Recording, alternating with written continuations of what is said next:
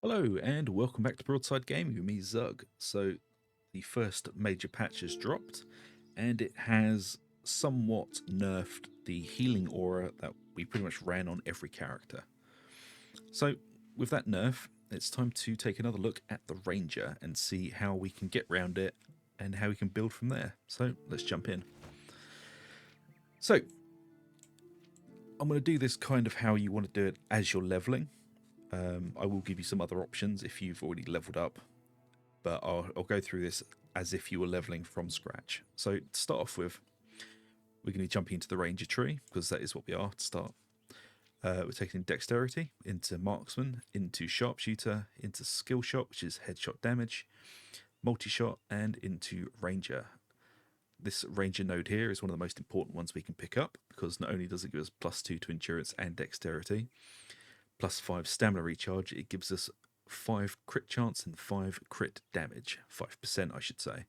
And that isn't just ranged, that works towards our melee as well, so this is a very powerful node.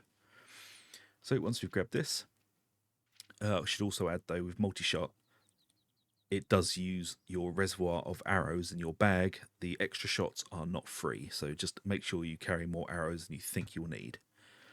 So after the ranger tree, we're going to jump into the assassin tree. We're going to grab dexterity into airborne, into endurance, into sniper. This is going to give us an increased 10% crit chance of our ranged weapon. We're going to grab blessed arrow. We don't want this point, but we do want the dexterity behind it.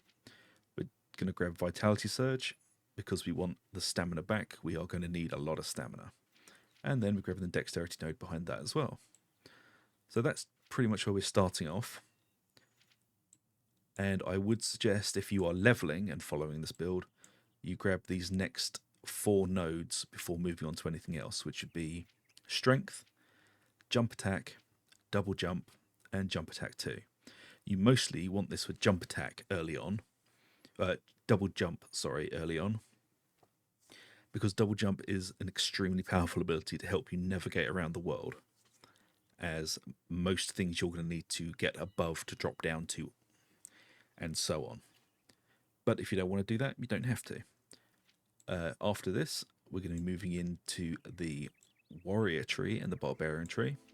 We're going to grab power parry, which increases the enemy's stun bar gain on parry attacks. So while equipped with a shield, you press the right mouse button to block. What a well-timed block will parry the attack. Now, generally, I use an ethereal shield. You can use a physical one if you want to, but I prefer using these because they give you 10% shroud damage resistance, which helps a lot later on in the end game. And also, they look really cool. And we're grabbing Merciless Attack. Perform a Merciless Attack by pressing E to deal massive damage to an enemy you've overpowered. Overpower to overpower an enemy. Fill their stun bar by attacking while they're blocked or by parrying their attacks. You're just trading blows at that point, and Merciless Attack is just a free lump of damage, especially later on where things have a lot of block or massive shields. Then we'll be grabbing Constitution and Shiny Plates, Evasion Attack, and Battle Heal. Battle Heal is very important to get as soon as you can because it will heal you for 5% of your maximum health when you deal critical damage. With a melee weapon, I should say. This doesn't work with a bow, although I have seen it work with a bow. That is probably just a bug. So don't expect it to work with ranged attacks. And then we're going to go over here into the warrior tree. This is going to be where we get all of our melee damage from. Constitution into the warrior's path, into strength, into slasher, into butcher, into veteran. Then we're going to get swift blade, and then into constitution, and grabbing both of these nodes here, constitution and strength. And then from there, we just start filling up in the barbarian tree into strength, heavy-handed, strength, constitution, breach, and shockwave. So when we overpower an enemy, it triggers a shockwave. And this is the same sort of thing we do with Merciless Attack.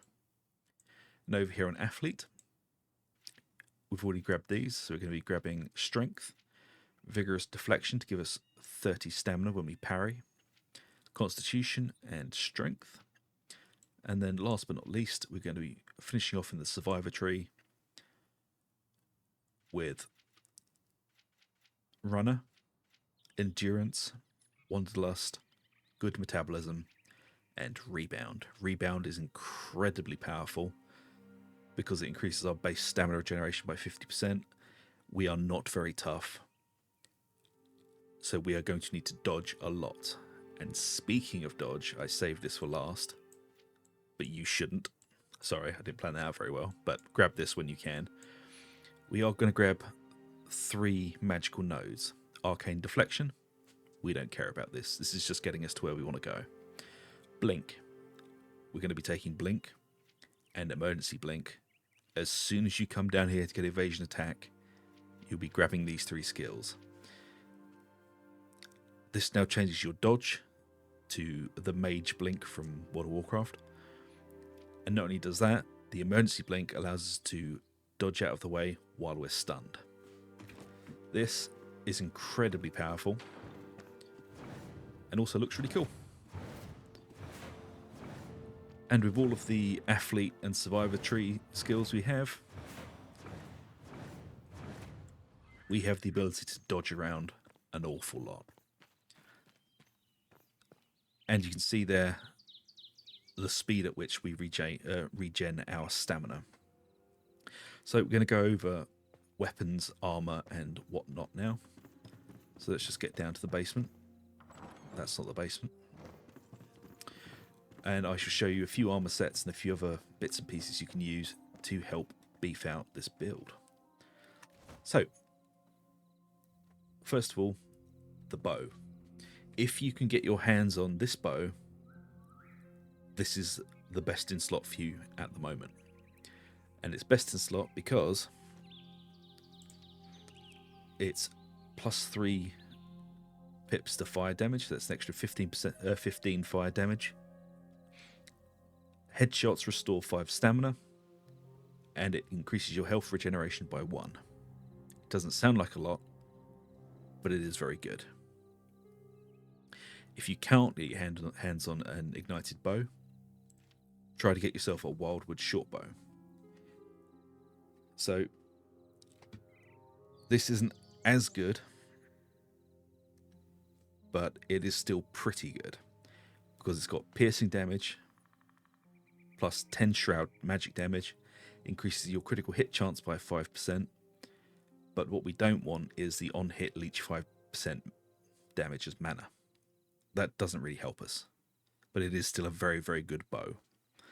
I mean, the difference between these two is minimal. So don't think if you can't get an ignited bow, it's all over. Use a wildwood shortbow. They're very good. And the reason we are using these as your main weapons, as you can see here, the 0.6 second draw speed. That is what's going to keep you alive while you're doing the end game content, because monsters and scavengers and all that sort of thing are incredibly fast.